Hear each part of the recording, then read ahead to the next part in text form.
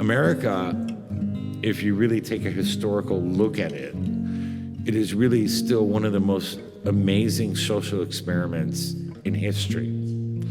And for history, 250 plus years is nothing, right? We're still trying to figure it out. Coming to you live for the first time for the Charles River Museum of Industry and Innovation in Waltham, Massachusetts.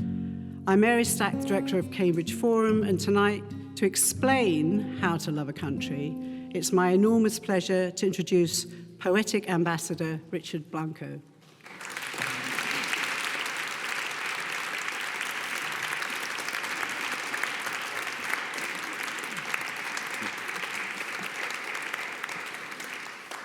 Good evening, everyone. Thank you, Mary, for that beautiful introduction, and which I'm going to steal, as I already did. That explains the book better than my own press does. Thanks, Bob. Thanks for this amazing space and this incredible opportunity to be with all of you here today, and for welcoming me into this kind of village, a proverbial kind of village, to sit around the proverbial campfire for a few minutes and in the name of poetry, and enjoy poetry in the way that it was meant to be communally, in the way that I think art is always meant to be enjoyed communally. There's something magical that happens, I think, when we come together like this. It becomes live, it becomes real in our bodies, it becomes something that we take with us and live. And it happens for me as well. As you can imagine, writing is a solitary endeavor, that you're just sitting at your desk and you're like, I don't know what I'm doing here, like blah, blah, blah, you know? And when I see faces and names and stories that I've shared even this evening with people, and it makes me feel that what I do is real and alive, and it keeps me going. So you are all a gift to me this evening, so thank you. As a son of a working-class Cuban immigrant family, and as a gay child and as a man, there is always, and still is a little part of me that still feels I'm not quite American, right? That to be an American meant to be someone like Peter Brady or Marcia Brady in my case, or the little beaver or whatever, and any of that sort of narrative that we're all fed as what it means to be an American. And it was always going to be some other little boy in some other little town that was an American. Well, as you can imagine, serving as presidential inaugural poet, or HIP, as I like to call myself, changed all that. The honor of being asked to write a poem and read it, a poem about America, and read it to all of America, really had a profound effect on me in many, many, many ways. For one, of course, it gave me a newfound place at that American table, so to speak. It made me realize that story, as a chubby little Cuban gay kid, that was part of the American narrative. And that American narrative included black beans, pork, and rice, and all the rest. But my mother's story as a woman who grew up in a dirt floor home in Cuba, that was part of the American narrative. That all our stories, really, in a democracy, as Mary has said, e pluribus, I can never say that in Latin, I didn't take Latin in high school, but out of the many one. The idea that in a democracy, the ideal that we're reaching for is that all our narratives matter equally, and that no one narrative is more important than the other, or at least that's what we're working for. And I guess the inauguration also taught me that America is still very much a work in progress, right? And I think we get impatient sometimes, as we may be in this day and age. We get impatient and thinking, oh my God, like it's not happening, or it's not happening the way we think it's supposed to happen. But that really we're cathedral builders. America, if you really take a historical look at it, it is really still one of the most amazing social experiments in history. And for history, 250 plus years is nothing, right? We're still trying to figure it out. And I think that kind of spirit is part of what I've always carried in my heart. Part of what I want to do in this book is the idea that that narrative needs to continue, but also we need to step up to that narrative. We need to be part of that democracy. We need to participate in it. We need to keep on writing that narrative for ourselves, for others who can't write it yet, because it's all part of the story we're still writing. Granted, a narrative that has largely been ignored, prejudiced against, outright denied, but nonetheless, it's a work in progress. And on that note, I'd just like to begin sort of to take us back to what I think the first idea of that started happening for me was in the inaugural poem. Because one of the hardest things about writing the inaugural poem was not writing it. I mean, I can write a poem in a week, but not the most important poem in my life. But the idea was, the hardest part was not the actual writing of it, but to realize, do I love this country? What does that mean? And does this country love me back? And in a sense, the inaugural poem is a response to those questions, to say, again, we are all part of this narrative. Whether we know that or not, or acknowledge that in our daily lives, it is true. And it is the ideal. It's not an ideal that we're living exactly, but an ideal that we're all still striving for. So I'd just like to begin by, as a point of departure, to take us back to that moment on January 21st, 2013, as if I could ever forget that date, right? And let you see how that sort of grew into this book as I continue tonight. This is a little preface that's from the inaugural memoir. It's called For All of Us One Today, an inaugural poet's journey that sort of gives you the psychology or my psyche as I'm sitting there waiting to be called up to the podium. In the moment, I feel America standing as one, putting differences aside and taking a deep collective breath. We pay tribute to something far bigger and more important than any one of us, and I truly feel like one of us, one of we, the people, in the echoes of the president's and others' speeches. I embrace America in a way I never had or thought I could, feeling for the first time that I truly belong to one country. Not an imaginary ideal from TV or a nostalgic Cuba floating in the sea of my parents' memories, but a real, tangible place that is mine, was mine, all along. Senator Schumer introduces me and calls me up to the podium. My mother squeezes my shoulder. I stand more confident than I imagined I would or could be, transfixed by the moment that it's no longer about me or my poem or my glory, but about our country. Still, I'm surprised when the president and vice president stand up to greet me and shake my hand on the way to the podium. They both whisper something in my ear that I can't make out. But their gracious gestures speak silently to my heart, silently, as if saying, Richard, here is your country. This is your story. Here, your home. I step up to the podium, look out over the crowd, a patchwork quilt of lives, of stories spread across our ground, under our sky, beneath our one sun. I take it all in as I take one deep breath, and then another. This is for them. This is for us, for all of us. I think to myself and begin speaking into our wind.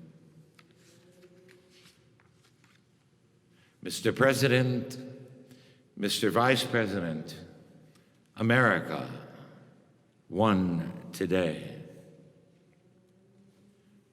One sun rose on us today, kindled over our shores, peeking over the Smokies, greeting the faces of the Great Lakes, spreading a simple truth across the Great Plains, then charging over the Rockies. One light, waking up rooftops, under each one a story told by our silent gestures moving behind windows. My face, your face, millions of faces in morning's light, crescendoing into our day. Pencil yellow school buses, the rhythm of traffic lights, fruit stands, apples, limes, and oranges, arrayed like rainbows, begging our praise.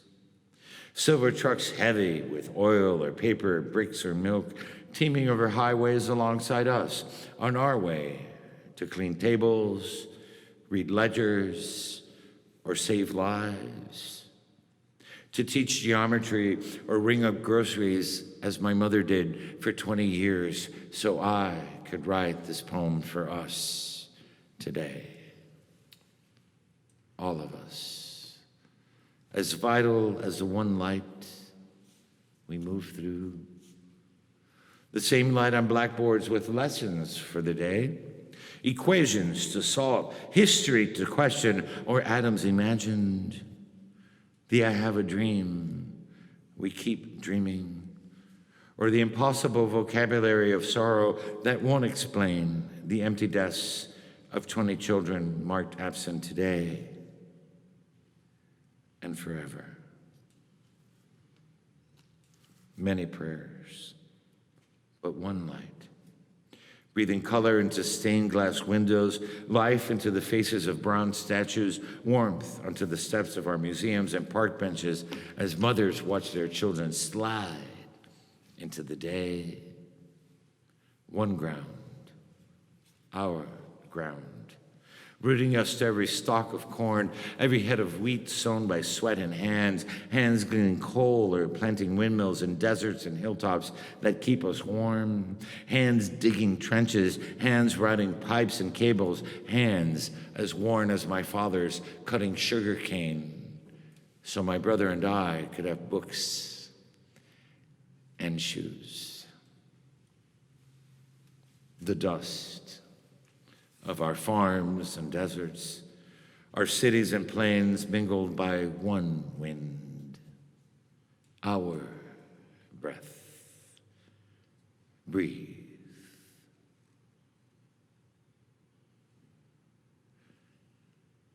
Hear it through the days.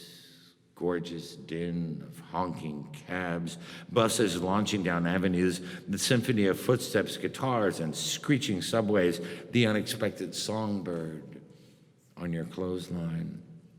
Hear squeaky playground swings, trains whistling, or whispers across cafe tables. Hear the doors we open for each other all day, saying, hello. Shalom. Buongiorno. Howdy. Namaste. Or buenos dias. In the language my mother taught me, in every language, spoken into one wind, carrying our lives without prejudice as these words break from my lips. One sky since the Appalachians and Sierras claimed their majesty, and the Mississippi and Colorado worked their way to the sea. Thank the work of our hands, weaving steel into bridges, finishing one more report for the boss on time, stitching another wound or uniform, the first brushstroke on a portrait, or the last floor in the Freedom Tower jutting into a sky that yields to our resilience, one sky toward which we sometimes lift our eyes, tired from work. Some days guessing at the weather of our lives. Some days giving thanks for a love that loves you back. Sometimes praising a mother who knew how to give, or forgiving a father who couldn't give all that you wanted. Still, we head home. Through the gloss of rain or weight of snow or the plum blush of dusk, but always, always home, always under one sky, our sky, and always one moon, like a silent drum tapping on every rooftop and every window of one country, all of us facing the stars and hope, a new constellation, still waiting for us to map it, still waiting for us to name it together.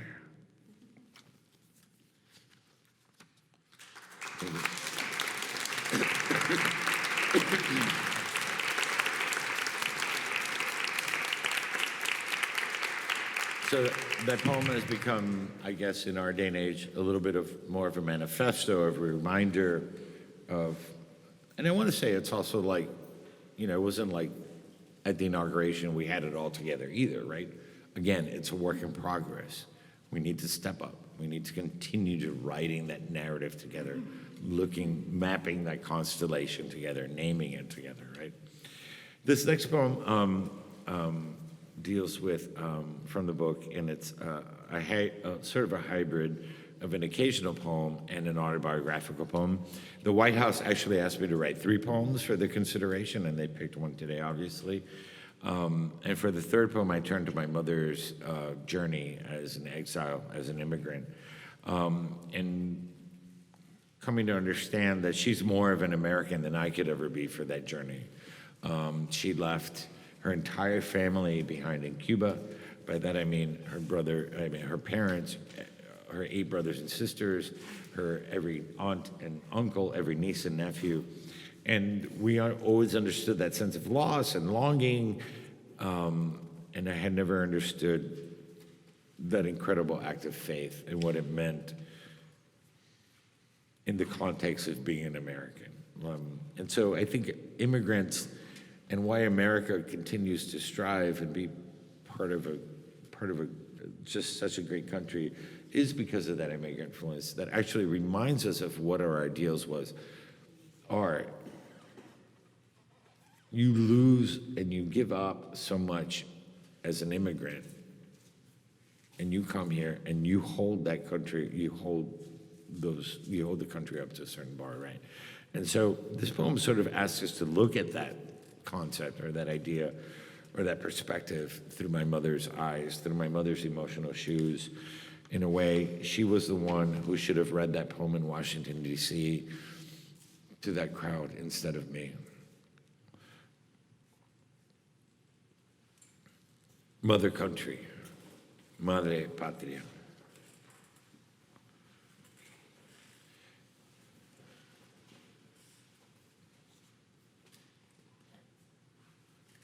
To love a country as if you've lost one. 1968, my mother leaves Cuba for America, a scene I imagine as if standing in her place. One foot inside a plane destined for a country she knew only as a name, a color on a map, or glossy photos from drugstore magazines. Her other foot anchored to the platform of her patria, her hand clutched around one suitcase, taking only what she needs most. Hand-colored photographs of her family, her wedding veil, the doorknob of her house, a jar of dirt from her backyard, goodbye letters she won't open for years. The sorrowful drone of engines, one last deep breath of familiar air she'll take with her. One last glimpse at all she'd ever known. The palm trees wave goodbye as she steps onto the plane. The mountains shrink from her eyes as she lifts off into another life to love a country as if you've lost one. I hear her. Once upon a time, reading picture books over my shoulder at bedtime, both of us learning English, sounding out words as strange as the talking animals and fair-haired princes in their pages. I taste her first attempts at macaroni and cheese, but with chorizo and peppers. and her shame over Thanksgiving turkeys always dry, but countered by her perfect pork pernil and garlic yuca. I smell the rain of those mornings, huddled as one under one umbrella, waiting for the bus to her 10-hour days at the cash register. And at night, the zzz, zzz of her sewing her own blouses and quinceañera dresses for her grown nieces still in Cuba, guessing at their sizes. And the gowns she sell to neighbors to save for a rusty white sedan, no hubcaps, no air conditioning, sweating all the way through our first vacation to Florida theme parks to love a country. As if we've lost one. As if it were you on a plane departing from America forever. Clouds closing like curtains on your country, the last scene in which you're a madman scribbling the names of your favorite flowers, trees, and birds you never see again. Your address and phone number you never use again. The color of your father's eyes and your mother's hair, terrified you could somehow, someday forget these. To love a country. As if I was my mother last spring, hobbling, insisting I help her climb all the way up to the U.S. Capitol, as if she were here before you today instead of me, explaining her tears, her cheeks pink as the cherry blossoms coloring the air that day when she stopped, turned to me, and said, "You know, mijo, it isn't where you're born that matters. It's where you choose to die. That is your country." So, thank you.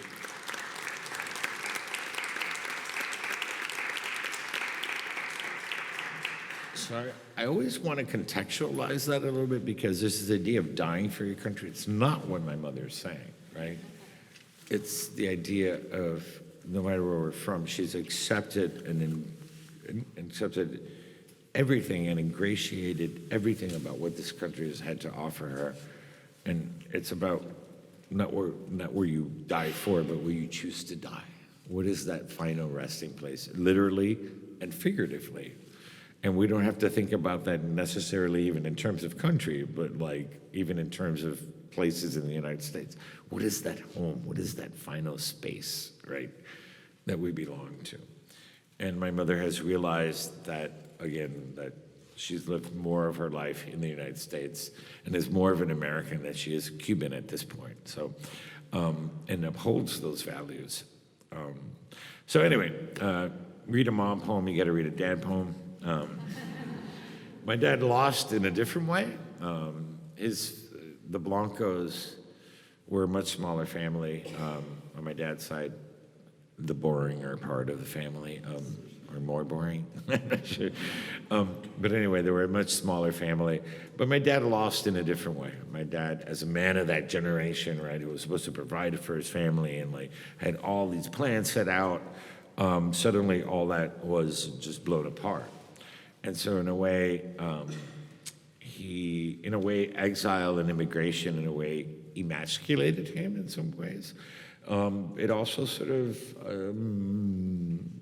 made him a little emotionally handicapped, again, given the context of that generation. But he also gave up a lot, just like my mom. He gave up a lot for the sake of the American dream, the quintessential ideas that we all need to come back to, right? We all need to remember those if this country is going to survive. So this is part of what this poem is saying, but mostly it's a poem of thanks and gratitude for my father. So this is one of the more autobiographical poems in the book. This poem got published my first time in the New Yorker, so I'm happy for that.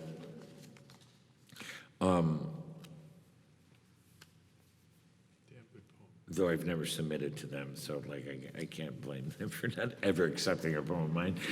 I just figure they never would. So I guess being Pip has some power. I guess. My father, in English. First half of his life lived in Spanish, the long syntax of las montañas that lined his village, the rhyme of sol with his soul, a Cuban alma that swayed with las palmas, the sharp rhythm of his machete cutting through caña, the syllables of his canarios that sung into la brisa of the island home he loved and left to spell out the second half of his life in English, in the vernacular of New York City sleet, neon, and glass, and the brick factory where he learned to polish steel 12 hours a day, enough to save enough to buy a used Spanish-English dictionary he kept bedside like a Bible, studied 50 new words after his prayers each night, then practiced them on us the next day. Buenos dias, indeed, my family. Indeed, más café. Have a good day today, indeed. And again in the evening, gracias to my bella wife, indeed, for dinner. ¿Hiciste tu homework? Indeed. La vida es indeed difícil. Indeed did indeed become his favorite word, which, like the rest of his new life, he never quite grasped, overused and misused, often to my embarrassment, yet the word I most learned to love and know him through. Indeed, the exile who tried to master the language he chose to master him. Indeed, the husband who refused to say, I love you, in English to my mother. Indeed, the man who died without true translation. Indeed, meaning in fact, en efecto, meaning in reality, de hecho, meaning to say now what I've always meant to tell him in both languages, thank you. Gracias for surrendering the past tense of your life so that I might conjugate myself here in the present love of this country. In truth, así es. Indeed.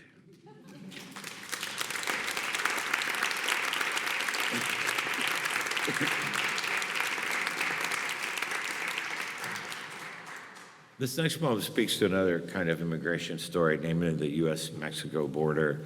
And more specifically, it's based on a photograph of part of the poems in this book are based on a collaborative project with the photographer Jacob Hessler of the Rio Grande, and where it forms a part of that border. I wanted the poem to speak to the absurdity of borders and the ways that in our modern society really are becoming less and less meaningful, right? This idea like, oh, suddenly like, oh, I crossed like, even crossing from like Maine to New Hampshire, oh, I'm in New Hampshire now. Like, but this idea, especially in our southern border, this is a region, if there is a border, it's 800 miles wide, and it's a region that's shared a history, a culture, a people for many more hundreds of years before this country ever even became a country. And besides all that, I don't know about all of you, but I'm just sick and effing tired of this issue. Thank you. Can I get an amen? I've been hearing, I'm old, not that old, but I've been hearing about this since I was a kid. And you mean to tell me there's no fair and equitable and humanitarian solution to this, except one of the things I wanted to do in this book is to speak truth in the gray, right? This is a ping pong issue that we've been hearing about for fucking far too long. And it's about, I said the F word. We can scratch that out from the recording, right? But really, seriously, aren't we all fed up? Like, clearly, this is part of our history. It has nothing to do with immigration. It's part of who we are. And if you talk to some, I've been in San Antonio for so it's one of my favorite cities where I spent so many time. It's a whole different consciousness of what that really means. It's an issue that keeps on getting twisted and twisted and twisted. And also that the media doesn't actually examine all the complexities of it. I've lived in Guatemala. I'm from Cuba. I have a different perspective than many Americans do. And the reality is that it's a global issue. It's not just a U.S. issue. It's a global issue. It's an issue of migration. It's an issue of destitute people, of people that are just seeking freedom, that people are just seeking to survive. And our countries don't cooperate because at the end of the day, nobody wants poor, destitute people in their country. And media doesn't even say that. The reality is that, and okay, I'm gonna running for office now, but the reality is it's a long standing of the history of manifest destiny, and it goes back all that way, and it's just this archaic idea of national borders, which are becoming less and less relevant in a world where we realize that cooperation and connection is the only way we're going to survive for various number of reasons, including climate change. So the only way I could solve this was to let the river speak and let the river give it to all of us. Just point, say, y'all messed up. Right? So this is in the voice of the river, and it's written and it's dedicated to my dear foster child in Honduras, Aileen Baibieri.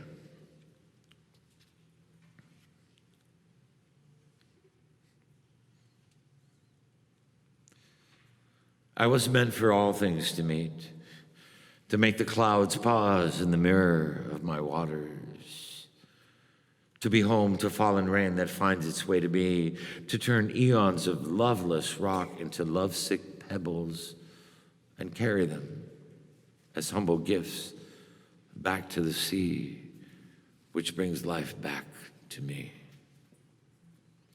I felt the sun flare, praised each star flocked about the moon long before you did. I breathed air you'll never breathe. Listen to songbirds before you could speak their names, before you dug your oars into me, before you created the gods that created you. Then countries, your invention. Maps jigsawing the world into colored shapes, caged in bold lines to say you're here, not there.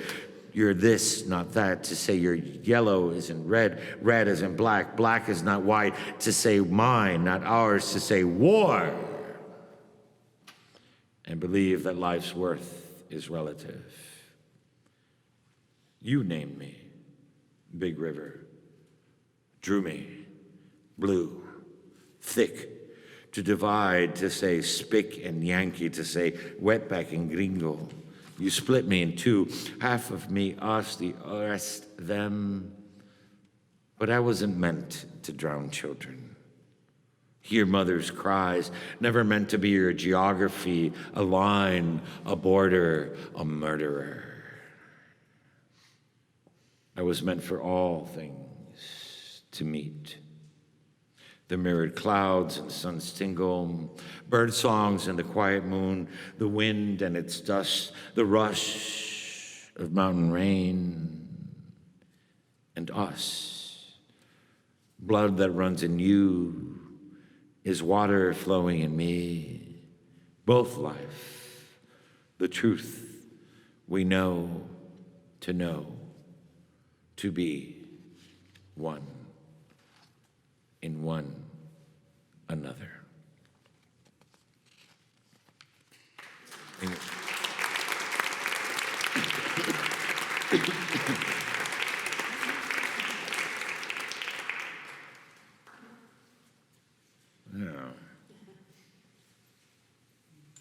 poem makes me think. It's funny because this is a total aside, but poets think that we write the stuff knowing exactly what we're doing. And the reality is, as I always say, the poems are smarter than us. And it's because the subconscious is working on things. And the more I think about it, the idea of these national borders, even though this book is about thinking about nationality, it's also about letting go of nationality, right? This idea of the nation state and the world that is increasingly becoming more and more connected, right? And these ideas that there are these neat little spaces and these neat little narratives that belong only to certain amounts of people, and that I'm not the same as this, and you're not the same as that, and that person not the same as that. It's just really, it's really what I wanted the poem to do. Is like, river is a river, dude. This poem has nothing to do with the book. It's a much older poem, but in honor of the history of this amazing place that we find ourselves in, and the fact that I think it was sort of built that I'm a civil engineer. I'm practicing civil engineer all my life, license number 53135, which is a palindrome. God is a comedian. I wanted to pay tribute to several things, or wanted to share several things because of the space that we're in. One of the questions I still get asked a lot, even by Anderson Cooper, was like, "You're a poet and an engineer, and they look at you like a one-eyed monster, like you're like." And I said, "Yeah, like," and I always like to mess with interviewers, just telling you know what? I really wanted to go into poetry full time because there was so much money in it. But I felt an ethical obligation to be an engineer. But the truth is, for many years, I kind of was engineer by day, poet by night. And the two merged in a really beautiful and brilliant way, which was that, in some ways, all my work is about belonging, place, identity, whatever that means in terms of country, in terms of culture, in terms of place, and all the rest. And I ended up specializing in engineering as a city planner, town redevelopment guy, like a municipal engineer, which is sitting in a room like this and asking people what is home and what is your sense of belonging and how do you define community and transforming that into a physical landscape, into brick and mortar. And I realized that actually is exactly what I'm trying to do in poetry, and I'm trying to do in this book, through an emotional landscape, not just a physical landscape. How can we think about what country we belong to? What is the emotional landscapes that we all can connect to? And so, in some ways, that's what this poem sort of brings about. And the interesting manifestation and intersection of that physical landscape and the emotional landscape, right? We all live our life in place, but that place is colored by our memories of it. So if you look at this room, and can you imagine how many lives and things, how many ghosts there are here of just real families and fathers earning a living and all the rest. So this is not just a place where textiles were produced. This is a place where lives were made, where memories were created, where families were able to become, right? Like this idea that, I don't know, it freaks me out. And so, yeah, as an engineer, this place freaks me out. I'm about to get on one of those things and just right out of here. But I find it interesting in that there's that interesting dynamic, and I try to do that always in my poetry. But also, there's a diversity that we don't always talk about in this country, and it's called cognitive diversity.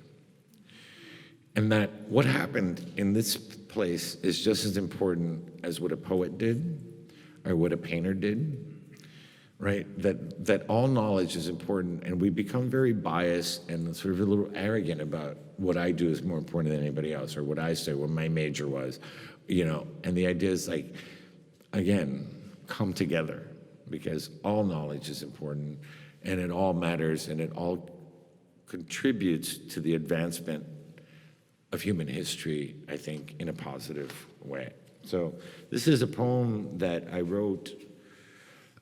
I was the chief engineer for a redevelopment project in a town in South Miami. I'm like tearing up the street. I'm like, doing like this, planting palm trees, like blah, blah, blah. I'm redesigning the whole thing with a whole team of people.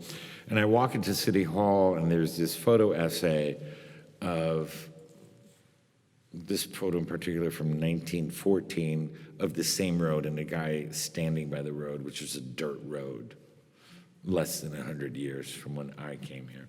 And thinking about who we are. So this is an environmental poem too. It's also about who we are as stewards of the land, as engineers, and also as individuals. And thinking about, again, that intersection between the physical and emotional landscapes. So I wrote this poem, sent it to the mayor. The mayor's like, read it at the groundbreaking ceremony. I'm like, okay, you're paying me, so I gotta do what you tell me. So I read this poem in my hard hat. And I forgot to bring it today, but usually I whip it out as a prop. But so just to honor this moment in the space we're in. A photo of a man on Sunset Drive, 1914 and 2008. Groundbreaking ceremony, city of South Miami, Sunset Drive improvements. And so it began. The earth torn, split open by a dirt road, cutting through palmettos and wild tamarind trees, defending the land against the sun. Beside the road, a shack leaning into the wind.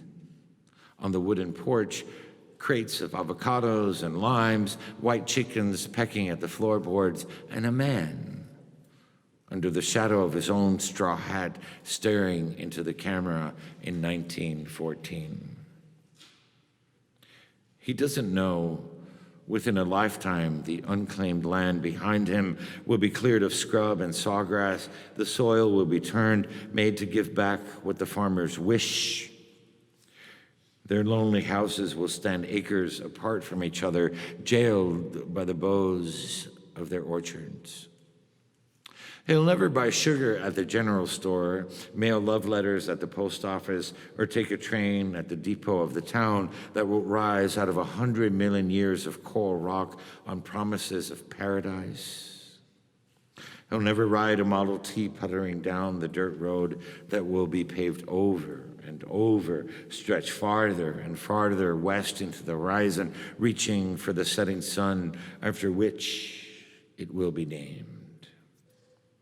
He can't even begin to imagine the shadows of buildings rising taller than the palm trees, the streetlights glowing like counterfeit stars dotting the sky above the road, the thousands who will take the road every day, who will also call this place home less than 100 years after the photograph of him hanging today in City Hall. Testament. He'll never meet me, the engineer hired to transform the road again, bring back tree shadows and bird songs, build another promise of another paradise meant to last another forever.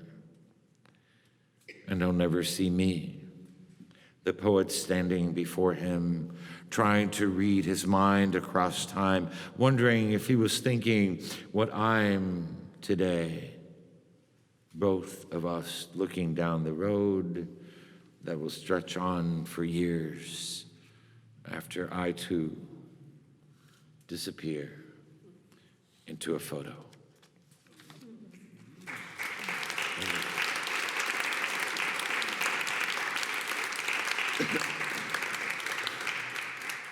So getting back to the book, about a third of the book is comprised of commissioned poems, occasional poems, much like the inaugural poem, just poems that had to do with, hey, write a poem for this, do a poem for that. I had a couple of people that asked me to write a poem for a birthday, who I didn't know, and I was like, okay, I'm not doing that. But this was a project that was obviously close to my heart. So Freedom to Marry approached me to write a poem for their 10-year anniversary. Freedom to Marry was an organization that was really pivotal in creating the tipping point of what finally, for marriage equality, that finally so this poem was written like months before the Supreme Court hearing and decision. And so part of it was, I love the idea that they changed the language, right? Not that all the work that didn't come before them didn't matter, it mattered a lot. And that's part of this poem.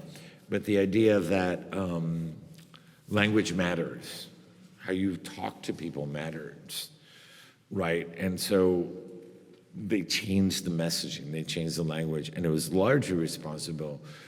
They changed the language to make it more compassionate and more empathetic, and people just started realizing, love is love, which is part of this poem. So I wrote this poem obviously based on my own relationship with my partner, Mark. We've been married for 20,000 years.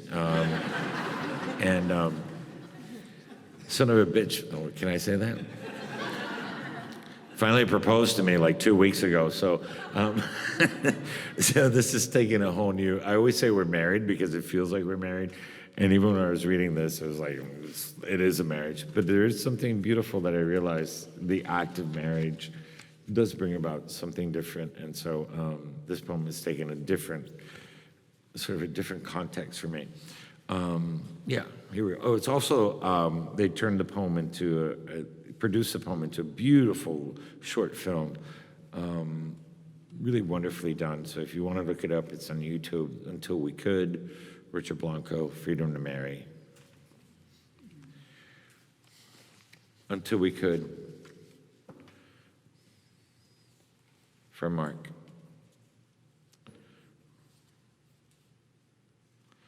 I knew it then, when we first found our eyes, and everything around us, even the din and smoke of the city disappeared, leaving us alone as if we were the only two in the world.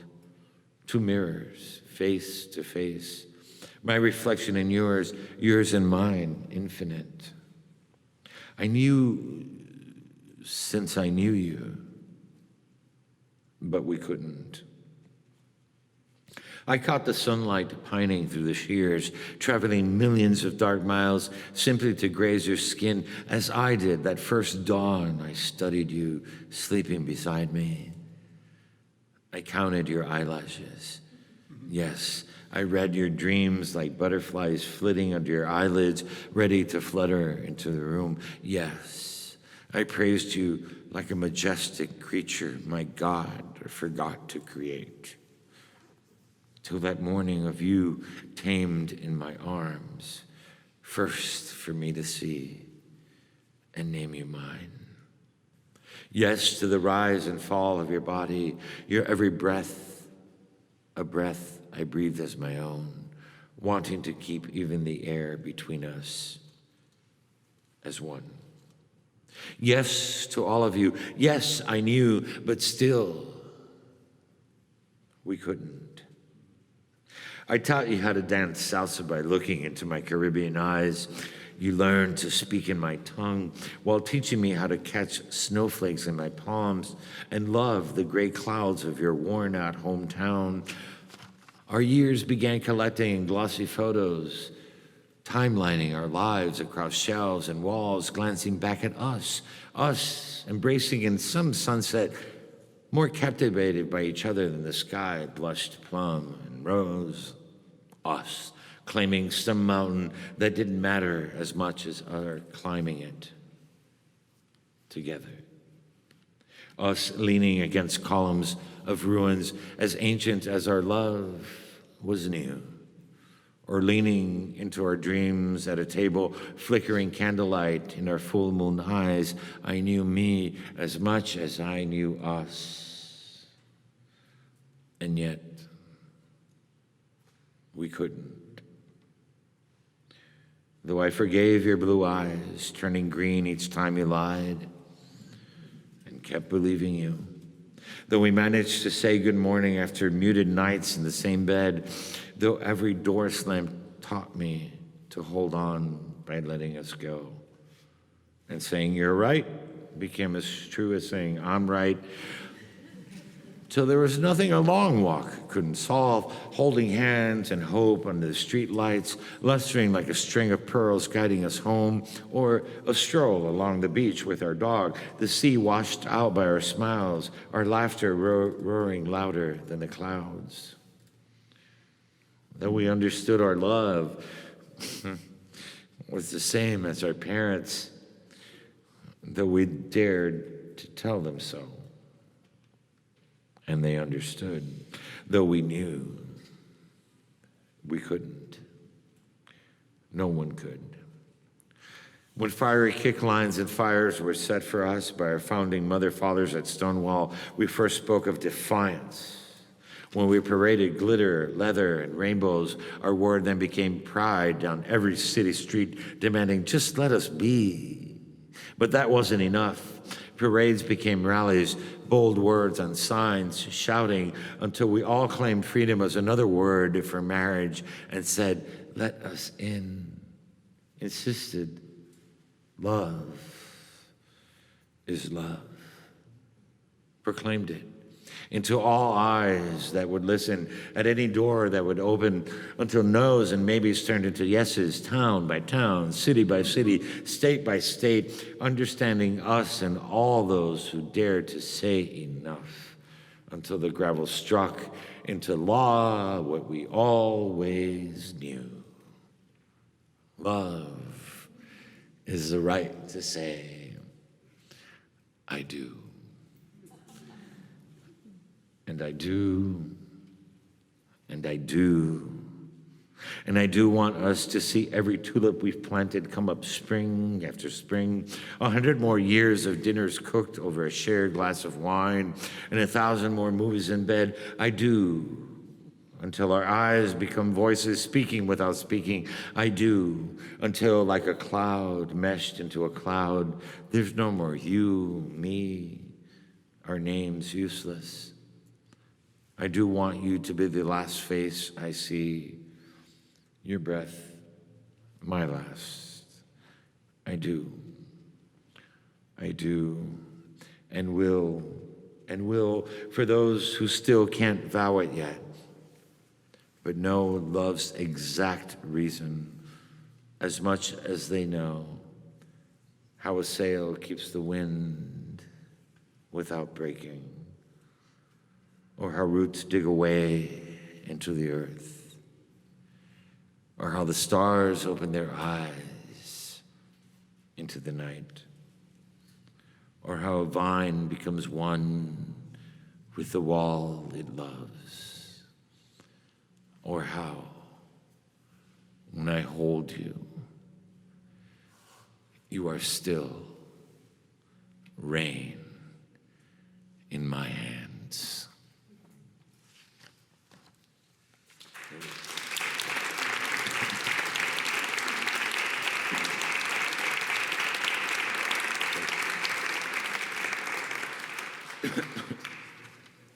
So this poem is based on one of the photographs from the previous project of the book, and the photograph is of a present-day photo of the last recorded lynching in the United States, the year of which I won't tell you because it's part of the poem, and so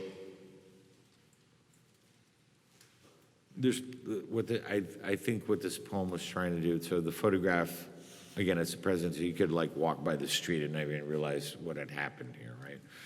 And I wanted to think about the negative space of the photo and think about the negative space of racism in our country. A question that we continue to not resolve.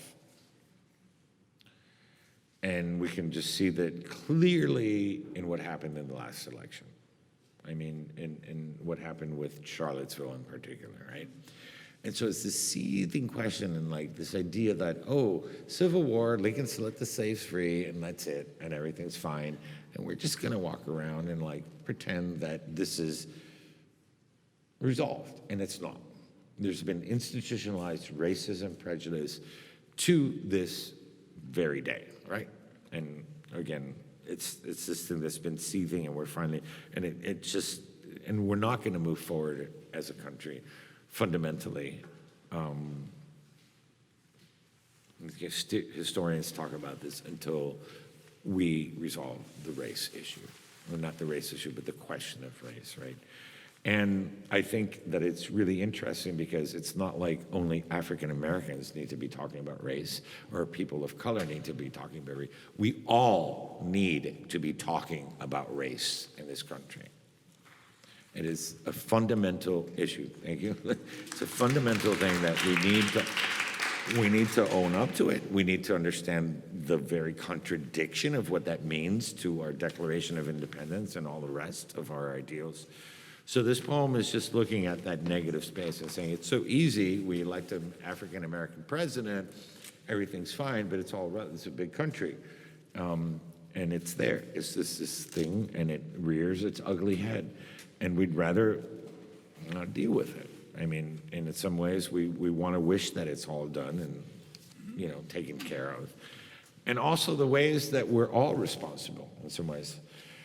This poem was hard to write. It's not in the poem. It got written out of the poem, but it was hard to write because I had to realize my own smudges.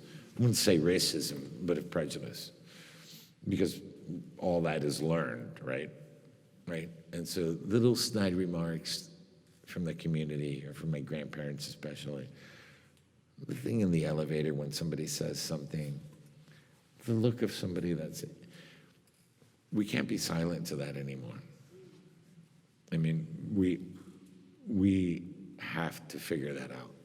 So anyway, this poem sort of speaks to that negative space of racism and how unresolved it is.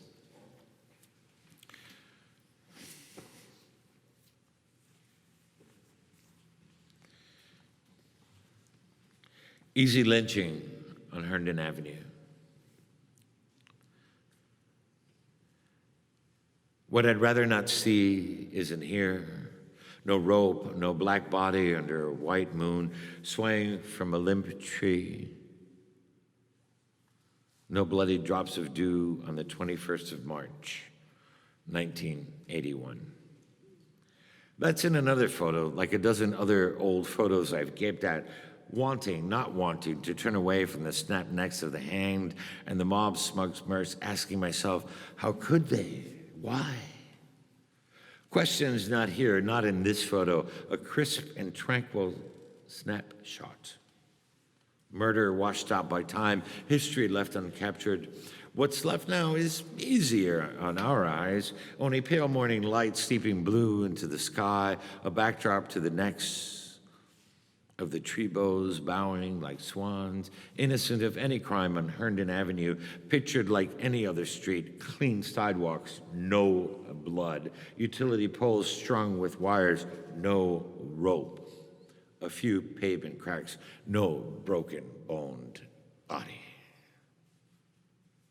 Easier to imagine only this, groomed children waiting for the school bus grinding to a halt that March morning, the 21st, 1981. Their backpacks zipped by undoubtable history and equations, cartoon lunchboxes filled with fresh ham sandwiches and sweet grapes. Sport coat fathers dashing to work, worried about paychecks and the greenness of their lawns. All-day mothers left tending soaked throw pillows, never fluffed enough. Scrubbing sinks, never white enough. Wiping windows, never spotless enough. Easier not to ask if anyone saw him, if anyone knew the boy whose mama named Michael Donald. Easier to think no one was friendly with Mr. Hayes or Mr. Knowles, who on the night of March 21st, 1981, drove around looking for something black to kill. They spotted him, age 19, walking home, the body. strangled him first, then slit his throat, the blood, chose a tree to hang him, the rope, Herndon Avenue, 1981. Why? Which tree was it that shook with his last breath?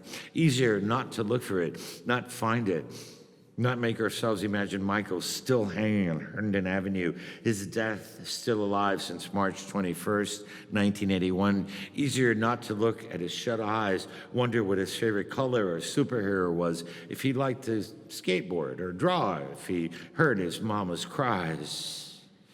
My boy. Jesus, my boy. Easier to believe the last words on the lips of his murderers must have been, "Forgive us." To trust this kind of thing doesn't happen anymore. Stay blind, no rope, no blood, and no body to the life of a boy named Michael.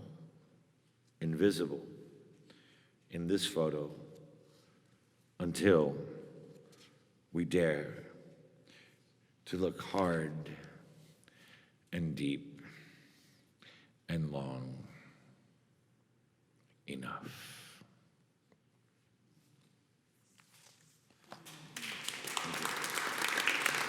So, one last poem, because I can't leave this room on that poem. One of the things, again, that I wanted to do in the book is to also balance the critique with also the praise and the celebration and getting us back to our ideals, so that, because if we don't have that, then we've lost it all, right? So the idea is that, as one of the quotes by Baldwin in the book that says, the role of an artist is like that of a lover. If I love you, I have to tell you what's wrong with you. And so in a way, but I still love you, right? Like, we can't let go of that love, and we can't. So the poem fluctuates between, the book fluctuates between thinking about how can we get back to that love despite our history, which is no less and no worse than any other history of probably most any country in the world, right? We're just trying to come to terms with it. So this last poem trying to get back to that innocent kind of patriotism. Remember you're a little kid and you're like, you had no idea what the Pledge of Allegiance really meant. One God in the visible with liberty and justice for all. Or as a kid, I remember the national anthem was in Cuban. I thought it said, "Oh, Jose, can you see?" But that sort of beautiful sort of innocence of just like, before politics and parties, before you knew what a Democrat or Democrat, before like so many things, right? When you just, that sense of belonging and believing in an ideal, right? And if we can get back to that, I think that's the only common ground we have. In some senses, despite all these political divisions, in some sense, I think I'm Anne Frank in that way. I ultimately believe that people are good. And I think we all do have that in common. We want to get back to that space and this great social experiment, which was the first country founded by this idea that everyone is created equal. And it's, again, still a work in progress. So for me, in this poem, it's manifested in singing this song, America the Beautiful. It was just so cheesy, but I just love it. But it reminds me of that innocent sort of, and where we are now. It's just sort of thinking about that contrast. So this is sort of my singing debut. Not debut, but I'm getting better. May give James Taylor a run for his money. America the Beautiful. Again. Oh, how I sang, oh, beautiful. Like a psalm at church with my mother, her Cuban accent scaling up every vowel. Oh, beautiful. Yet, in perfect pitch, delicate and tuned to the radiant beams of stained glass light, how she taught me to fix my eyes on the crucifix as we sang our thanks to our Savior for this country that saved us. Our voices hymns as passionate as the organ piping towards the very heavens. How I sang, for spacious skies, closer to the skies, while perched on my father's sun-beat shoulders, towering above our first 4th of July parade. How the timbre through our bodies mingled, breathing, singing as one, with the brass notes of the marching band playing the only song he ever learned in English. How I dared to sing it at assembly with my teenage voice crackling. Forever waves of grain that I'd never seen, the purple mountains' majesties, but could imagine them in each verse rising from my gut. Every exclamation of praise I belted out until my throat hurt. America, and again, America. How I began to read Nietzsche and doubt God, and still wished for God to shed his grace on thee. And crown thy good with brotherhood. How I still want to sing.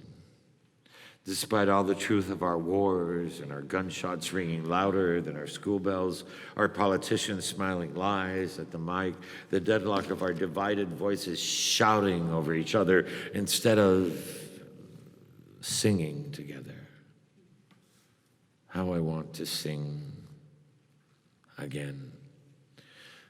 Beautiful or not, just to be harmony from sea to shining sea with the only country that I know and love enough to know how to sing for.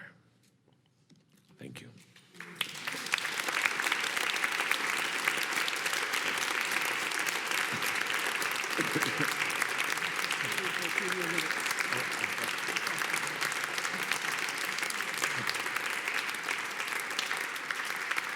We have had an amazing extended slice of your time, but we have got time for a few questions. If anyone wants to come up to the microphone that's right there and ask Richard a question. Be nimble, be courageous, time is running out. Okay, I always have a question. I was fortunate enough to just go and spend almost 2 weeks in Cuba. So I just, that wants me to ask you if your mother or your parents have been able to go back, or if you've ever visited Cuba and how that went, and what you think about the future with Cuba. Yeah, I've been going to Cuba since part of, long story, but part of what started me writing was the question of where I'm from, and that became the question of this Cuba that I had sort of inherited, but I really didn't know. It felt real, but not real. So part of my first book is just an investigation, and it deals with my first trip to Cuba, actually. So I went to Cuba first in 1994, when it wasn't that popular to go to Cuba. And I've been going to Cuba every 3, 4, 5 years ever since then. Again, my mother's entire family is in Cuba, so there was more than just a curiosity. I go for very different reasons. It's like I have family there. I live with them. I live their lives. And my relationship with Cuba has changed over time and thinking about things. The culmination of that was actually when the State Department, so Obama walks into the room at dinner one day, and he says, "I'm sorry I'm late, guys, but like I just got off the phone with Raul Castro." I'm like, oh my God, here we go again. So like, that was the beginning of the opening of all this stuff, and then the State Department asked me to write a poem and read it at the reopening of the U.S. Embassy in Cuba, which made me rethink all my relationship with Cuba. This was after the inauguration, right? So I'm feeling like Mr. America, like, I'm like, whatever, Cuba, like, whatever, who cares about Cuba? And then, of course, that was a very joyous moment, and thinking about possibly having a real relationship with the island, and authentic with the island and its people. And then lately, after that, there was this whole kibosh with, like, the whatever that was, and we still haven't gotten to the bottom line of it. So my relationship, what reading at the inauguration, at the reopening of the embassy told me, is when I realized I didn't have to pick. It's funny how you think I would have learned this when I was 12, but it took me until like 48 to learn, oh my God, I thought I always had to be American or Cuban, and realizing that I don't have to pick, and that in the world that we live in, there's more of a sense of a global kind of citizenship, and I started thinking about what that means. And so in a way, this book is in a way, it's both a celebration of our country, our ideals, but it's also a letting go of the nation state idea, which is a lot of what gets us into trouble, right? It's like, we're these people, we believe in this, it's like, well, the world is writing a whole other narrative, right? Organically. Like, we are completely connected through social media, through modes of communication, through economies, biologically. So that moment taught me something different about Cuba. And right now, where I'm with Cuba, I'm reevaluating my relationship with Cuba, because it's like you're full-time being Cuban American, and like it's like always something. And so I'm thinking about what I want to do with that right now. I'm really kind of essentially pissed off, because it was so close to finally having a resolution. And in some ways, not all my writing, but a large motivation of my writing was to heal my parents and that journey, and to make sense of our lives and realize. And when I read that poem, I felt like everything had come together. I had become, for my family, for my elders, for my community, that bridge of healing, hopefully. Or at least I got to be part of it. And so that's where I'm at with it now. It's very confusing and emotionally draining at times. So did you always write? Did you always have things going on in your head that you didn't put on with pen and paper? Or No. When did that start? If you would have told me at 22 that I was going to be a poet, I would have laughed in your face. And I say this because I want us to also understand there's a lot of myth shrouded around being an artist or a painter or whatever. Really, it's a journey like any other. It's like being an engineer, or like you kind of make your way through the world, and some discover it at 2, or some are writing poems in the womb, and some are not. But I will tell you this, how I've made sense of it was I actually started writing because of engineering. My job was 50% writing. When I got into my consulting office, writing reports, studies, letters, proposals. A $400 million proposal is nothing but a narrative. And you really learn how to write really quickly, and you learn how to lie really fast, or exaggerate, or persuade. Let's say persuade, rather. And you get a $400 million job in your office, and you wrote a proposal. You're a hero, and you may have gotten an A in Calculus 5. Who gets the promotion, right? So it was interesting. My journey had to do, my way to engineering was actually through poetry, was through engineering, because writing essentially is essential to almost any human endeavor, right? So that's part of the story. But as I look further back, I don't ever remember not knowing 2 languages. So I was really hyper aware since the age of like 2.5, 3 years old. I was translating for my parents, as I learned both languages exactly at the same time. So language has always been a big part of your life. Right, and so I realized that language wasn't just a way to communicate, but a way of living and thinking in the world. Living, thinking, and breathing and feeling in the world. And I think essentially that's why I came back to language as well. It fascinates me that and how I can flip hats and think in Spanish or English, and that was with me since day one. I don't have a first language. Well, I don't see it just as verbal. I do see it in your voice. Your voice kind of acts out what your poems are, but your body language too. you know, Well, language that's is a because big every thing. poet just wants to Yeah. be is a frustrated rock star. Or so the saying goes amongst us.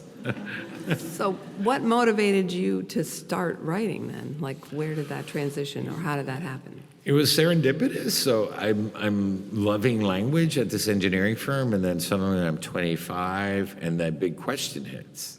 That first existential, like, where am I from? Where do I belong? Who the hell am I? And it's interesting because people think that immigrants or children of immigrants love their given culture. For the most part, we don't reject it, but we're like, oh my God, like, that's so tacky. Like, we don't want to be Cuban. Not that we don't want to be Cuban, but it's a cultural coming of age, because you don't appreciate it when you're a young kid, right? You're just like, my parents are dancing salsa. I want to listen to AC/DC, like, you know, like, and then finally it's a process. And then I think those big questions just happen to merge at the time that I started writing. So my very first assignment in creative writing class was write a poem about America. We read Whitman and Ginsberg and Frost. And that started me on this journey of asking those questions that I didn't even know I had. And it was funny when Obama first called for, like, which was basically the same assignment, write a poem about America. Like, I was like, I felt into him, don't worry, big guy, I got this one. I've been doing this for 20 years. So it was just very serendipitous how it all came together. There are parts of your life, I think we all feel, that are scripted. There are parts of your life that feel like an I Love Lucy episode gone bad, right? So, but certain things like this just seem to fall into place. And I'm eager to see what's next as well. Yeah.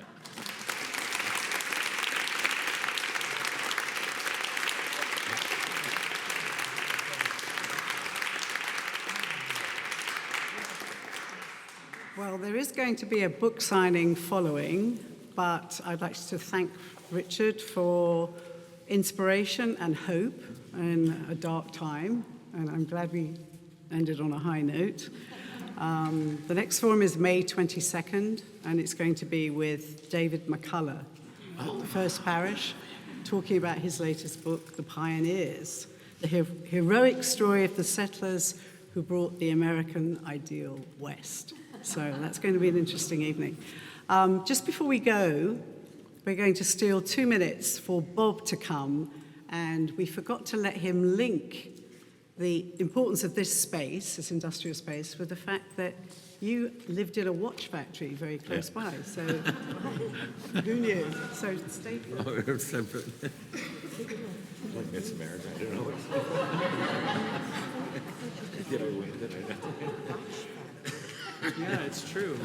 So Richard apparently lived just upriver, about 3/4 of a mile, while he was co-teaching a class at Wentworth Institute of Technology. And on your way out, you'll walk past a wooden railroad linkage, which was a model built by Wentworth students back in 1935 and gifted to the museum. And so in a way, you know, what goes around comes around, what goes around comes around.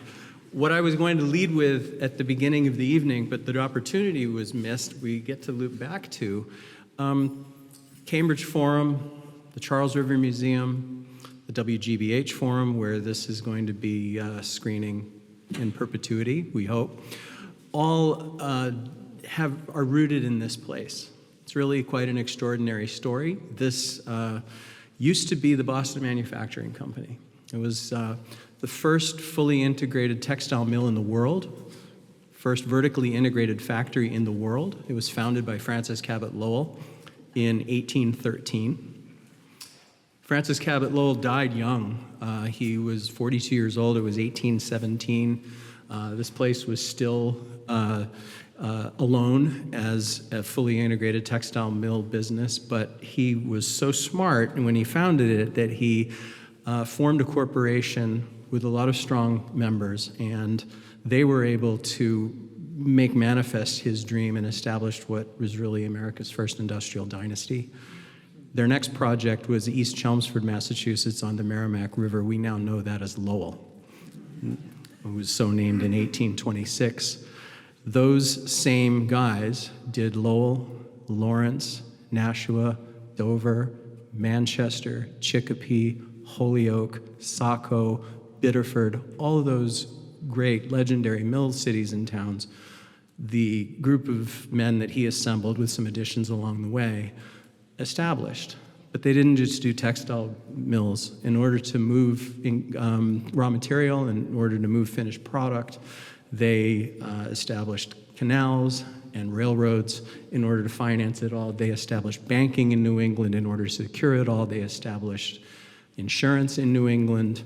And they also became really the first wave of CSR, corporate social responsibility, which brings us back to why we're all here today. The Boston Associates, is what they became known as, are responsible for the Boston Athenaeum. Via the Lowell Institute, via a bequest from Francis Cabot Lowell to his son John Lowell, who died in 1836 and directed that half of his estate be used to fund free lectures in the greater Boston area, and that became the Lowell Institute. The Lowell Institute begets the Boston Athenaeum, begets WGBH, and it all came from the wealth generated by the idea that was established first here over 200 years ago. It's pretty amazing. Anyway,